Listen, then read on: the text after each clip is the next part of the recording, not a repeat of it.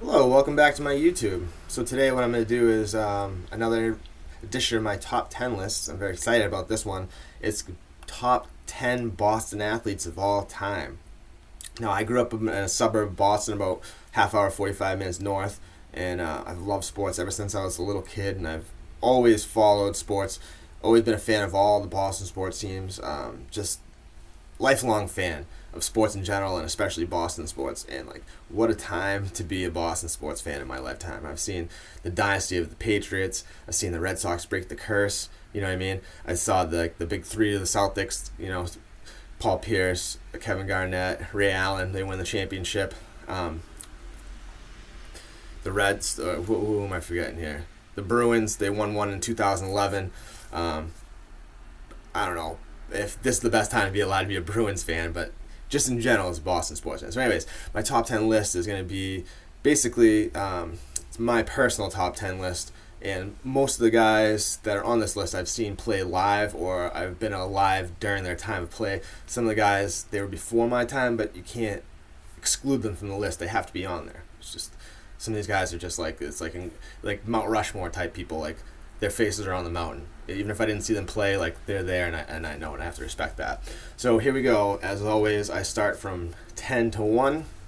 So number 10, I have Pedro Martinez, one of my favorite pitchers of all time, one of the best Red Sox pitchers. I'd say the best starting pitcher they've ever had besides Roger Clemens. This guy had 219 wins and 100 losses in his career. He had a 2.93 ERA, which means he let up less than 3 runs per game, which is pretty incredible. As a Red Sox, he had 117 wins and 37 losses, which is the highest winning percentage of any pitcher in any team in the major leagues ever. So that's incredible. He had 1 World Series victory over the Red Sox. He won 3 Cy Young Awards, which is basically the best pitcher in the league. They do it once a year to one pitcher. He was just like one of the best pitchers the Red Sox ever had, but he was also so entertaining. Like, I love this guy. He always was doing crazy stuff in interviews. He had this little person that he used to come around with for a little while and used to dress just like him. It was like his little mini me. I don't even know what that was about, but it was crazy. And then obviously in the 2003 American League Championship game, when the bench was cleared against the Yankees, real bad blood back then. Don Zimmer, the 70-year-old manager of the Yankees, points him out, and Pedro points to him. Don Zimmer comes running at him, and Pedro does the Matador move, jumps out of the way, and just throws him on the ground, and they have to bring Zimmer out in a stretcher. And it was like, what a circus, but so entertaining. I mean, I think it's that picture's still up, the black and white picture from the Boston Globe. I think it's still on the wall somewhere at my mother's house. Just like, you can't write that kind of stuff. Like, it was like... But anyways, I was at the game when Pedro won his 100th game as a Red Sox, and they put it up on the scoreboard, and he came out of the dugout and did a little hat tip and everything. Me and my father were at that game, and I remember that being like a special moment, and everybody was really excited, and I was, because I'm a huge Pedro fan. So then number 9, I have Paul Pierce. Now this guy, people might be like, how is he number 9, or how is he in your top 10 list? Like, his career stats: 19.7 points per game, 5.6 rebounds per game, 3.5 assists per game, 44.5% field goal percentage, which is pretty good. It's pretty much like almost like Larry Bird, almost half the shots he made. But his other stats, they're not like, again, they're not LeBron James stats, they're not Kobe Bryant, Michael Jordan stats. But this guy was just like one of the best, like, streak. Like, when he got hot, you could not stop him. Like, I remember one game where Shaquille O'Neal played against him, and Paul Pierce went off and scored, like 40 something points and won the game. Shaq grabs the microphone from the reporter after the game and goes, "Paul Pierce is the truth," and that became his nickname for a long time. And the guy was like, I went to a game with my brother. It was against the Cleveland Cavaliers when LeBron was playing for them the first time, and the two of them, it became like a one-on-one game between the two of them. LeBron had like 48 points and a triple-double, and Paul Pierce had like 53 or 54 points, and it was just basically everybody just backed away, and they were just going one-on-one back and forth cross court scoring. It was incredible to watch. One of the best NBA games I've ever been to. Me and my brother were like 6 rows back too. It was unbelievable. So he's number 9. So they won one championship, like I said, with the big three: him, Kevin Garnett, and Ray Allen, and he also he was the MVP finals. He had the MVP of the finals, and that so just kind of stuttering right there. Sorry. Number 8, Cam Neely. So Cam Neely was one of the best offensive players for like the 1990s Bruins. They didn't win any Stanley Cups, but they were a really strong team and they had good players. And I remember I was obsessed with 1992 and 1993 Sega Genesis NHL, and I used to always play with the Bruins because they had a really strong team. And Cam Neely was like a really good scorer. And there was this one particular move he did, and it was like big time highlight reel. Like he was on a breakaway 1-on-1, and you can't really see it because I'm down here. And he did like a double juke like that, and then spun, and then put a backhand in the goal. And it was just like the most amazing goal. I remember like always in flow hockey and street hockey trying to emulate that move. Because it was like the sickest hockey move I've ever seen. And if you were like a fan or you were alive during that time to remember, you remember the move I'm talking about. So I mean, he had 395 goals and 299 assists as a career player. He was inducted to the Hall of Fame in 2005.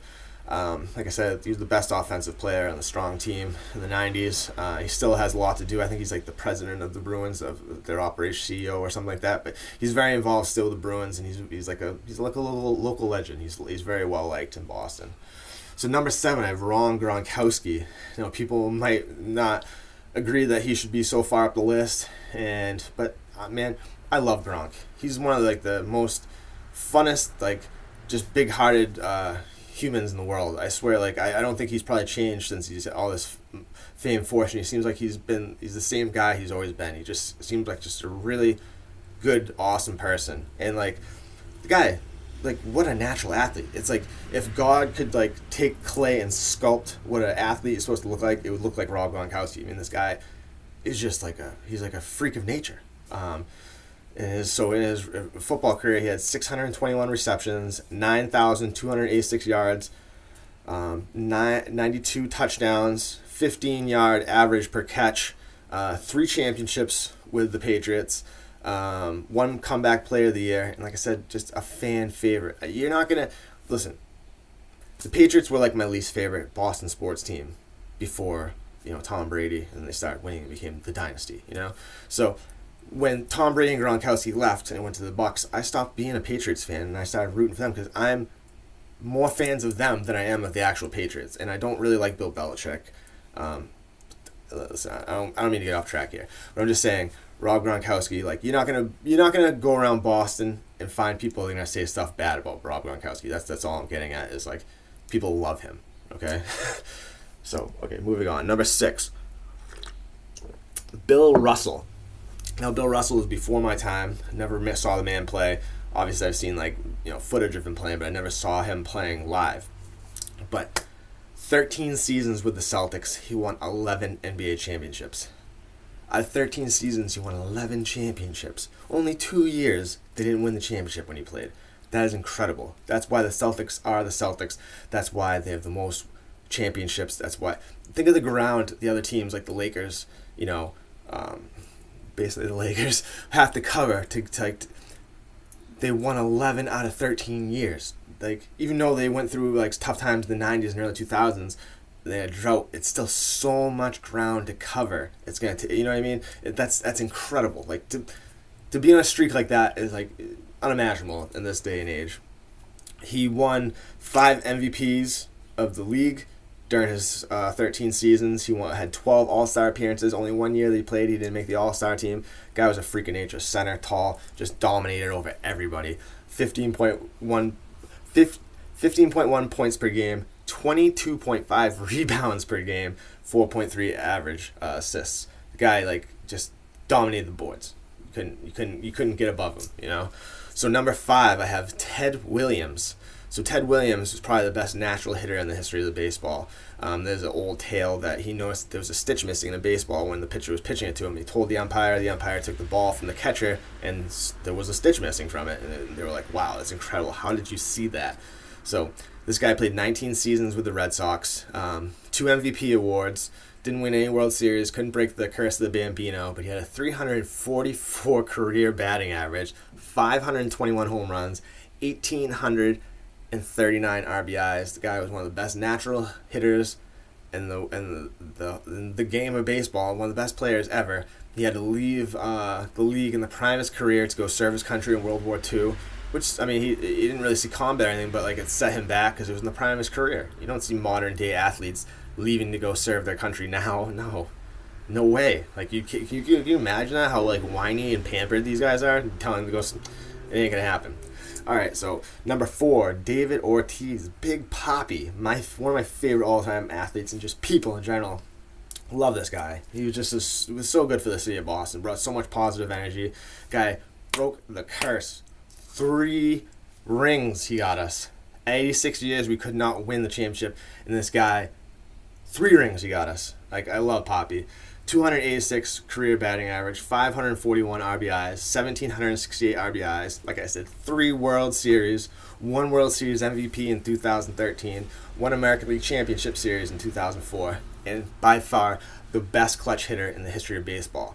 When there's 2 outs and the game is on the line, you want Big Papi up to bat because he is not going to strike out. He is not going to pop out. He's going to either hit a double off the wall or he's going to just set the ball over the wall, home run, game over. Because that's what he does. Best clutch hitter all time. Like, I loved it when the guy used to get up and you get the knots in your stomach and it's, the whole season's on the line and you know he's going to deliver. But, oh my God, like, man. Round of applause, Big Papi. I put him on, if it was just like personally who I like the best, like, he'd be number 1, I guess. I don't know. Anyways. So number 3, Bobby Orr. Now this guy, 2 Stanley Cups in 10 years as a Bruins, 3 MVPs, 1 playoff MVP. The guy had the most iconic when he scored and to win the Stanley Cup. And he dove like this. That's one of the most iconic posters and pictures in sports to history. I mean, like, I've seen so many people have that poster on their wall of him taking the dive after he scored the game-winning goal for the Stanley Cup. So this guy, though, he had to retire when he was 30 years old, which is incredibly young for like hockey, especially in that time, because he had really bad knees and they didn't have arthroscopic surgery or like modern medicine type things back then. So like he was in so much pain he couldn't even walk up a flight of stairs. So I mean, if this guy had been able to play, another 10 years, I mean, he'd be hands down probably one of the best hockey players ever. I mean, he belongs up there with Wayne Gretzky and Gordie Howe. I mean, another guy that before my time in the 70s, I didn't actually see him play, but I've seen plenty of footage of him. And those guys were beasts back then, playing with no helmets and stuff. Like, wow. Number 2, Larry the Legend Bird. One of my favorite athletes of all time. Just this guy, his story, stuff he had to overcome. This tough as nails, this guy. Like, yeah, of course he was a naturally gifted athlete, and he was 6'9" and stuff. But this guy worked harder than anybody. He used to just all day long, just shooting, practicing a shot, nonstop. He used to do laps around the Boston Garden, and that was one of his intimidation tactics. When the visiting team was warming up, he'd just be doing laps in the empty garden. They'd be watching him running around. The guy was a maniac. He was such a mental warrior. Like, he knew how to get into people's heads, how to screw them up, and like I don't know. If you have time, please watch like a documentary about him. He's like one of the. It'll get you so pumped up, and you'll just be like, I can do whatever. I mean, this guy, he just believed, and he just kept working and I mean, guy's one of the best NBA players to ever play. 24 points per game, 10 rebounds per game, 6.3 assists per game. Basically almost averaged a triple-double for a career. 49.6% field goal percentage, which is almost half his shots he made.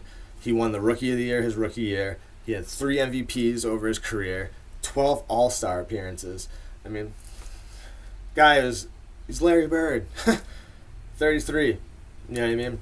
They dubbed him as the Great White Hope. He wasn't about that. He honestly, he's more socially like African Americans and he'll tell you that if you watch the documentary about it. It's like I don't know. He's an amazing person, amazing basketball player. Please take the time to watch it. Number 1, Tom Brady.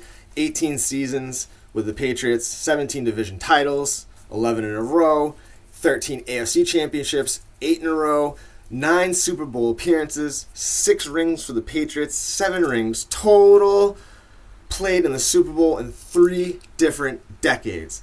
Give this man his credit. He is the GOAT. There is no professional sports is there a more dominating player than Tom Brady. This guy came out of nowhere, 3rd-string quarterback from University of Michigan. Drew Bledsoe got hurt in the playoffs. This guy took us to win our first Super Bowl, and then, boom, it never stopped from there. And then this guy was just like, where did this guy come from? He was the best Like, he had a rocket for an arm. He was like the toughest mental person. He was always good at the clutch. Tom Brady is number one. The GOAT. So please, if you have any disagreements, comment, but always like and subscribe. Thank you very much. I hope you enjoyed my video. Have a nice day.